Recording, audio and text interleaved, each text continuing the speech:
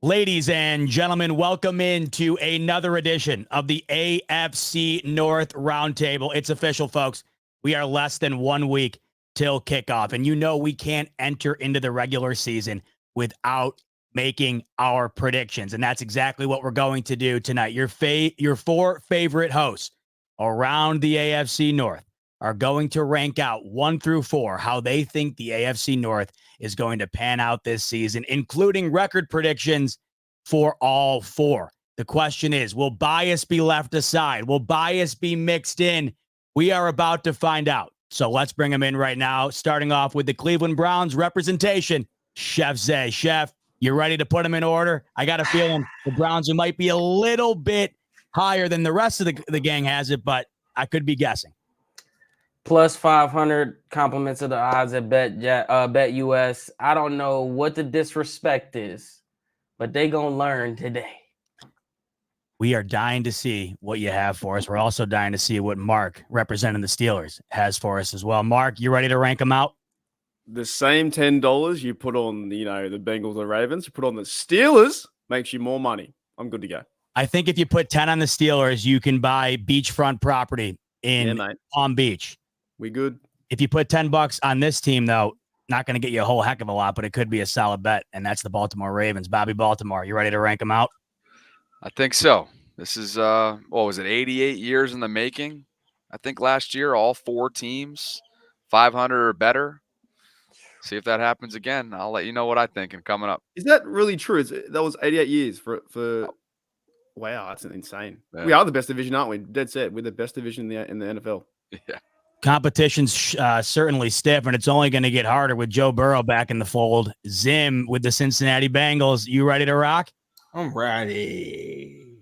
Let's get into it. Once again, all 4 of your favorite panel members are going to rank out their top 4 teams, how they think it's going to pan out this season in the AFC North. Before we dive into it, quick reminder, this episode, of course, powered by BetUS. Link in the description below. 125% sign-up bonus, up to $2,000 on your first 3 deposits. All right, gentlemen, I can't wait to dive into it. We just kind of alluded to it a bit. This could be the best division in football. It is incredibly competitive.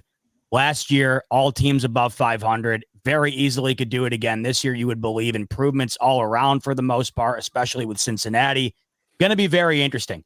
So we're going to kick it off with a team that just named a new starting quarterback. How is that going to look for these Pittsburgh Steelers? How is it going to affect where they land on this hierarchy? Let's see what Mark has to say as we bring up his list. And oh boy. Oh, let's go. He does it. That's not a typo, by the way. That's a real thing. Mark, 11-6. You got the Steelers at number 1, 11-6, tied with the Ravens. You have everybody almost within a game of each other here. So the one thing that you didn't neglect was the competitiveness. Talk me through how you got Pittsburgh winning this division.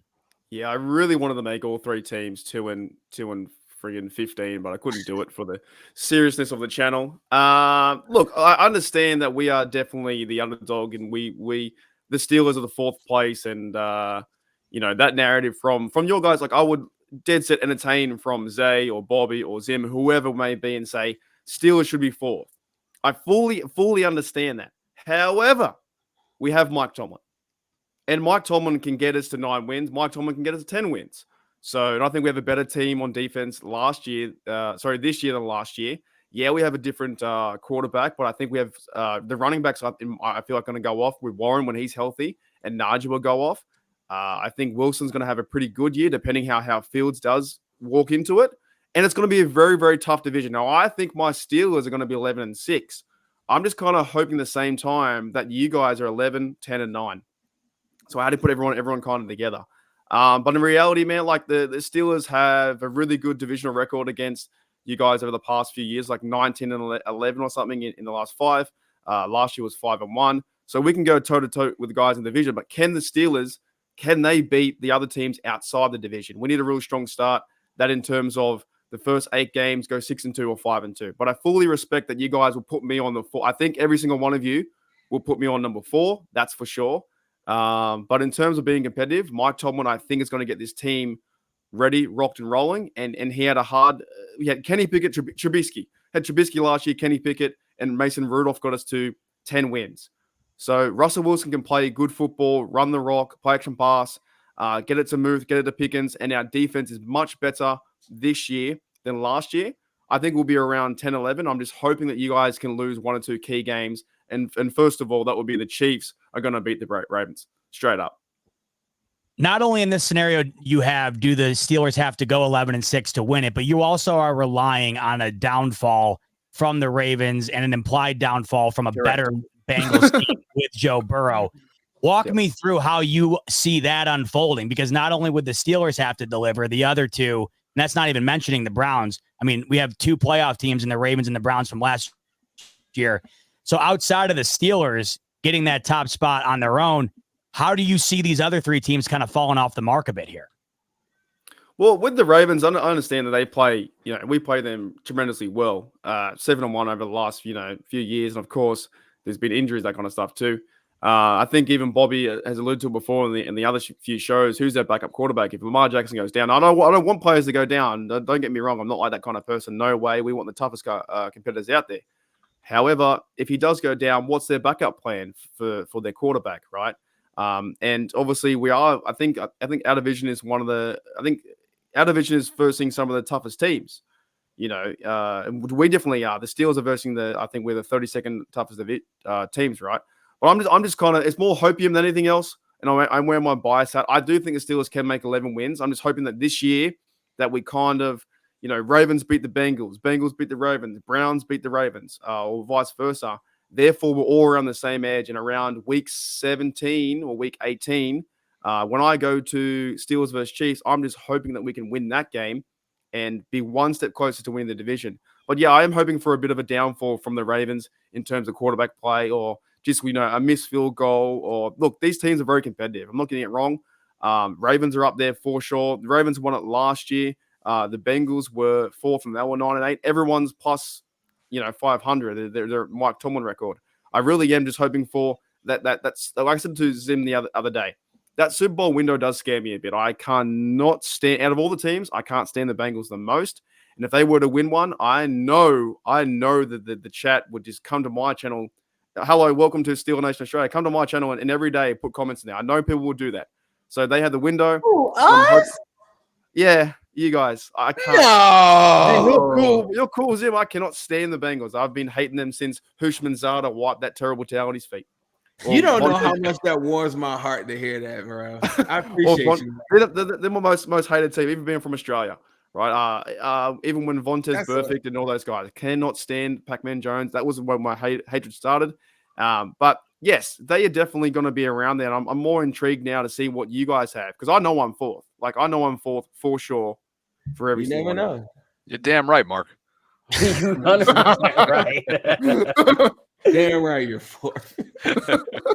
Mark, the team you have 4th is Zay's Browns. Before we even show your list, Zay, talk me through your thoughts on where Mark's got your Browns finishing at the end of the year here. The disrespect, man. Like, hey, it's his list. I knew he was going to do some outlandish stuff, especially with his receiver list.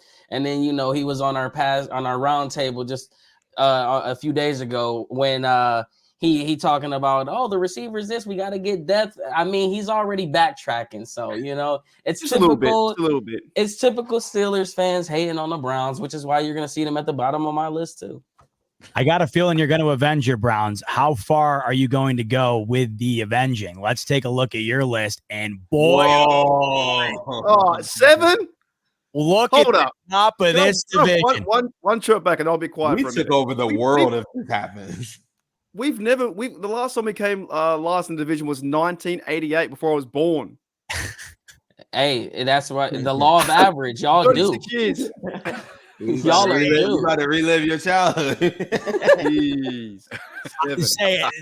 This is wild. If this ends up coming to fruition, this could be one of the greatest battles in division in NFL history, the way you have it. Browns finishing 13-4, tied with Baltimore, and then a 12-5 with Cincy. Walk me through how you got to this. So, you on past shows, I've talked about, I'm just going to throw it out there and I'm going to go bold. I said we would all go 11-6. And then as I was going through the schedules and looking at it, I couldn't find 6 wins for the Ravens or 6 losses for the Ravens. I really couldn't see 6 losses for the Bengals, especially with their schedule being semi-easy. And I really couldn't find 6 losses for the Browns. So I was like, okay, let me take a little bias out. Let me get out of my prediction. And I came up with this Browns and Ravens will tie somehow. And that'll be our taint on winning the division. You had to tie to win it. You couldn't win it outright. I think the Bengals, they still get better. They got Joe Burrow back, but the Steelers, it's time for them to just go into the darkness where you guys are slowly walking. If this happens, this will be the first, because it'll be the first time you guys win the division, right? AFC North, and it'll be the first time in a very long time. 36 years, by the way, my whole existence before I was even born. 7. I guess it was really easy for you to get down 10 losses, right? For me.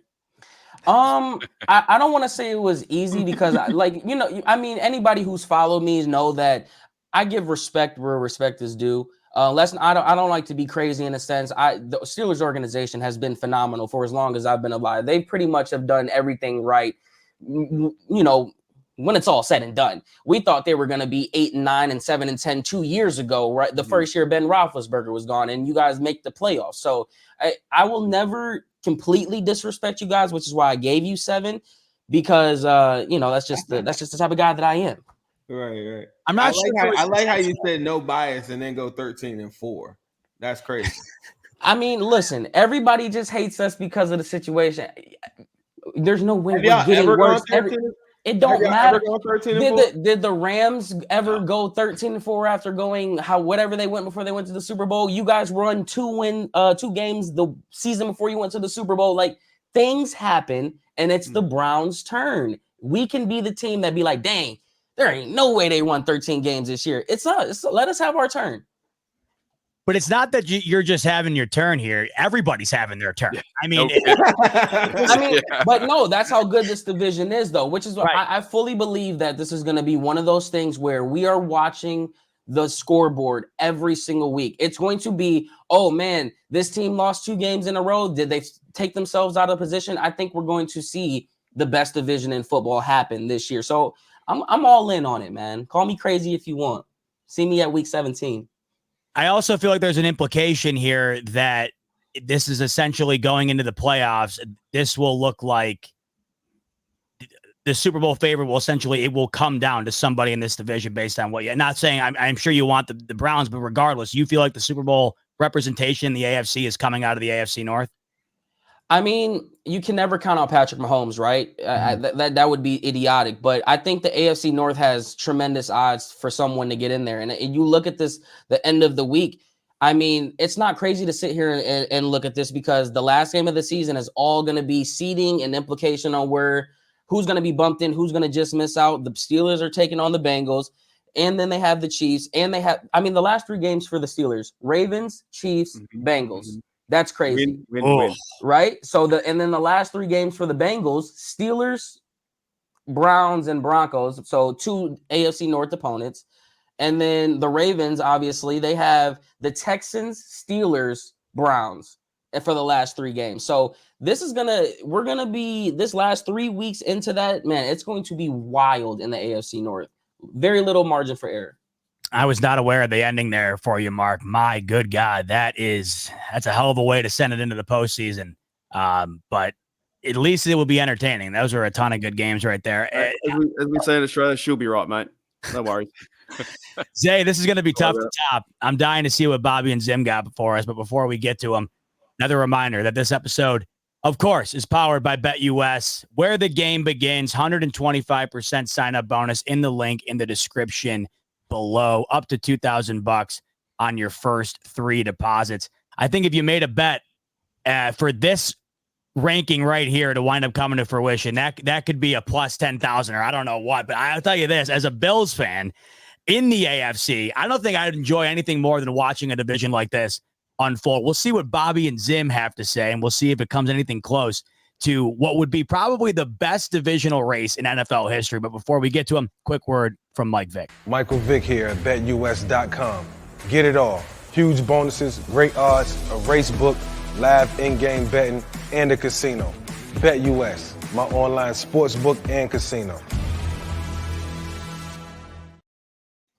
All right, Bobby. So So Zay does have the Browns going 13-4, but it wasn't at the expense of your Ravens. He still got the Ravens going 13-4, and you'll sign up for that any day, except you wouldn't imagine if you were to ask any Ravens fan, will you take 13-4? They'd say, of course. If you were to ask them, would you take that with a second place finish to the Browns? I don't know if they'd sign up so quickly. Let's see where you have your Baltimore Ravens sitting in 2024. Wow. I'll tell you this right off the bat, guys. Everyone so far has this being tooth and nail. You have it a little more modest as far as the wins are concerned, Bobby, but Baltimore's still winning it. Walk me through how you got there. Well, I guess I gave Mark a little bit more love than Zay did, huh? At the top, at the bottom there with Pittsburgh having 9 wins instead of 7. You're welcome, Mark. Mark Tomlin. But, look, the Ravens have a first-place schedule. They are extremely front-loaded in terms of degree of difficulty with an onslaught within the first month. They're playing the Chiefs, of course, on opening night, as we all know. I'm not going to count the Raiders in terms of the degree of difficulty. They don't even know who their quarterback is. I know they have their quarterback, but they don't necessarily feel confident in who they have there in Vegas. They're in a period of transition, I would say. They're playing Dallas. They're playing Buffalo, Z-Bot, Sunday Night Football in Baltimore at the Bank. Should be a great night. They got Cincinnati within that opening month. So I understand that this will be a battle-tested division. We all get that. We all know, like I mentioned earlier on, that for the first time in 88 years, this was the first division in which all 4 teams were above 500 last year. And I think that's going to happen in back-to-back seasons based on this prediction, obviously. I have Baltimore 11-6, Cincinnati 10-7, and both Cleveland and Pittsburgh at 9-8. From the bottom to the top, Mark, I just have questions in terms of if we all feel like there's going to be both quarterbacks, can it really be a consistent season? Can it really be a playoff-bound season? I don't think so. I think they're going to be really competitive, and I think they're going to ultimately, in those waning weeks, be some of the deciding factors in terms of who makes it to the postseason. I could see them playing spoiler. Cleveland, I need to ensure, Zay, that Deshaun's going to be healthy, that he's going to have a full-blown successful season, and he's going to be available because we all know what they had to lean on in order to get to the playoffs last year with Joe Flacco. And I think it's going to be neck and neck between Cincinnati and Baltimore, Zim. We'll have a chance to see it twice, of course, once at your place, once in Baltimore. But I think the Ravens sneak it out here at 11-6. Cincinnati finds its way into the division, and Cleveland and Pittsburgh fighting for another day coming off the 24 season. What I find amazing about this is it seems the general sentiment will be the Steelers finish last, but the truest testament to the competitiveness of this division, even though you have them last and it seems like it's the easy pick, you still have them within 2 games of first place. That just goes to show how tough this division truly is and how tough it will be for whoever winds up winning it to get to that point. So Bobby has Baltimore taking it by a game over Cincinnati. And speaking of Cincinnati, let's take a look at what Zim has on the radar. And there it is. Bengals topping it up, 12-5. Ravens shortly behind. Browns in third, and then a losing record for the Pittsburgh Steelers. That would be the first ever in Mike Tomlin's career. Have you heard that stat before? Zim, walk me through it. How did you get to what you got to here? I can tell you this. I'm very superstitious. I hated doing this. I do not like record predictions at all. I never do them. So shout out to the AFC North Roundtable and making sure that they made me do this. So I just want to say, I just look at it from a different perspective when I look at a lot of different things, just like everybody else probably looks at it from a different perspective. I watched the Bengals in the last couple years. The 2021 Super Bowl team wasn't that good. But the season, after that team just got hot. They found a rhythm, all these different things. Defense played really well. The 2022 season, which it ended in 2023, which is probably one of the best Bengals teams I've ever seen. So a lot of times people will say, yeah, you just had 1 year. In the 2022 season that ended in 2023, not even a year ago, or just a year ago, the Bengals were on a 10-game win streak where they were pulverizing teams. And the only thing that I remember at the end is that they had 3 backup offensive linemen and they lose at the buzzer to go to back-to-back for a chance to go to back-to-back Super Bowls. They push Patrick Mahomes out of bounds or whatever. They lose by 3, but they played that game with 3 backup offensive linemen. And that team, also had a game where they were beating the crap out of the Bills. And when they were beating that team and then the DeMar Hamlin situation happened, that team almost won 13 games just off that. Just that game right there. The opening day on that one when we played Mark's team, they missed a game-winning extra point at the end of regulation. There's an argument in most Bengals from our perspective. We look at that season like we should have won 14 games, not 12. So that was just a year ago. The Bengals have the fourth best odds, as we've learned through Bet USA. Bet US. We've learned they have the fourth best Super Bowl odds in the National Football League. The Bengals, I think this is very fair when I say this. If Joe Burrow plays, this is what it would look like to me. When I look at the Ravens, I feel like they are the strongest roster, the strongest team. But I cannot say this enough. Losing your secondary coach, losing your defensive line coach, losing your offensive line coach as well, rest in peace to him, and losing all these different pieces, they all are small details that a lot of people like sweep under the rug, but those are important pieces when you're trying to have cohesion and move forward. And I think, and I said that on that other show, last year I considered that a super team. The Ravens were the best team in football. They just didn't win the Super Bowl. And so people don't look at them like that, but I think that it's hard to emulate that year back to back. Like, it's just very tough to do that. And just so you all know, the Browns have the number one strength of schedule in the National Football League. The Baltimore Ravens have the second. The Steelers have the third toughest schedule in the National Football League. The Bengals don't. They're playing fourth place schedule on top of that. When I look at the Browns, I'm looking at the quarterback situation. It's still a situation. And then I look at different things like small details, like Nick Chubb starting off on short-term IR, coming back. How does that look like? Do we really believe in Jerome Ford? Denzel Ward coming back off a concussion protocol. What does that look like? The Michael Hall situation. These small little details, they come back later on, and then people give us context. When I go to the Steelers, and that's just how I look at the whole thing. It's not to say that those teams aren't as good. I just think that those small details, just like I pointed out the Bengals defensive line, they start to rear their head when other guys go down or games don't go your way or different things like that. Those are the things where the Bengals are literally bringing back everybody. And every single portion of their team is built off of Zach Taylor's playbook and all the people that have been there. And when Joe Burrow is there, he doesn't lose often. Zim, you got the Ravens as a wild card team? Yes, absolutely. I'll just say this, guys. I think this is a very fair prediction. I'm just going to say this. It's a very fair prediction, Zim. I will give you that. It's no joke, and it shouldn't be swept under the rug that when you are a fourth place team because your quarterback goes down, while it's heartbreaking, obviously, like it was last year, there can be a funny, like 8+ months down the line, actually like, hey, here you go, moment where their schedule is significantly perhaps looser is the right word than the other three teams. And like you said, strength of schedule elsewhere outside of Cincinnati in this division is no joke. So the degree of difficulty should not be overstated. Can I say? Oh no, go ahead. Last year, the Bengals did end up 9-8. The Bengals played the hardest schedule in the last 24 years of football. They played 11 playoff teams, thanks to partially you guys. But they played 11 playoff teams, the hardest schedule in the last 24 years of football. And without their quarterback, they were 9-8. I'll say this one. Oh, go ahead. Browning's one of the Browning sucks. One of the more capable primary backups, though. He sucks. I mean, y'all were calling him a system quarterback. He had y'all at 9 wins. I was hearing Jake Browning was the future. Yeah, he sucks. But no, I think the schedule is the Bengals' biggest thing is, they're getting Joe Burrow back, but it's the schedule. They got a very, very beneficial, like he said, what is it, the fourth least toughest or something like that for that simple fact. You mix that with Joe Burrow coming back. But here's the thing, as I'm looking at your guys' schedule, I will say this.